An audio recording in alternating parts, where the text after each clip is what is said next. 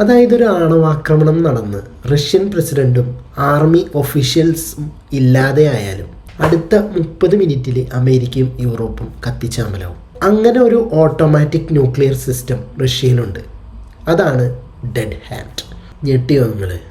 ഒരു ആണവാക്രമണം റഷ്യയിൽ നടന്നു കഴിഞ്ഞാൽ വായുമർദ്ദത്തിലെ മാറ്റം, തീവ്രമായ പ്രകാശം, റേഡിയോ ആക്ടിവിറ്റി എന്നിവ പോലുള്ള ഒരു ആണവ ആക്രമണത്തിൻ്റെ സിഗ്നലുകൾക്കായിട്ട് ഈ സിസ്റ്റം ഒരു പരിശോധന നടത്തും. ഓട്ടോമാറ്റിക്കലി ഒരു ആണവാക്രമണം നടന്നതായിട്ട് ഈ സിസ്റ്റം നിഗമനത്തിലെത്തിക്കഴിഞ്ഞാൽ സോവിയറ്റ് യൂണിയനിൽ ഉടനീളമുള്ള എല്ലാ സിലോകളിൽ നിന്നും ശേഷിക്കുന്ന എല്ലാ ആണവായുധങ്ങളും വടക്കൻ അർദ്ധഗോളത്തിൽ ഉടനീളമുള്ള ലക്ഷ്യങ്ങളിലേക്ക് ഡെഡ് ഹാൻഡ് വിക്ഷേപിക്കും.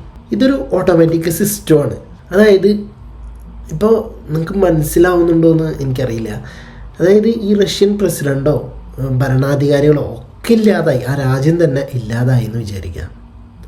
അടുത്ത 30 മിനിറ്റിനുള്ളിൽ യൂറോപ്പ്, ബ്രിട്ടൻ, അമേരിക്ക എല്ലാം കത്തിച്ചാമ്പലാവും. ആ രീതിയിലുള്ള ഒരു ഓട്ടോമാറ്റിക് ന്യൂക്ലിയർ സിസ്റ്റമാണ് റഷ്യയിലുള്ളത്. അതായത് റഷ്യയുടെ കയ്യിലിരിക്കുന്ന 6K ന്യൂക്ലിയർ ആയുധങ്ങളിൽ ആക്റ്റീവ് ആയിരിക്കുന്നവയുടെ 95% ലക്ഷ്യം വെച്ചിരിക്കുന്നത്, ഓൾറെഡി സെറ്റ് ചെയ്ത് വെച്ചിരിക്കുന്നത് അമേരിക്കയും ബ്രിട്ടനും മൊത്തം യൂറോപ്പിലേക്കാണ്. അപ്പോൾ റഷ്യയെ തൊട്ട് കളിക്കുമ്പോൾ സൂക്ഷിച്ച് തൊട്ട് കളിക്കണം. അതായത് റഷ്യയെ അങ്ങനെ ഇങ്ങനെയൊന്നും ആർക്കും ഒന്നും ചെയ്യാൻ സാധിക്കില്ല എന്നതിന് അത് എല്ലാ രാജ്യങ്ങൾക്കും അറിയാവുന്ന കാര്യമാണ്.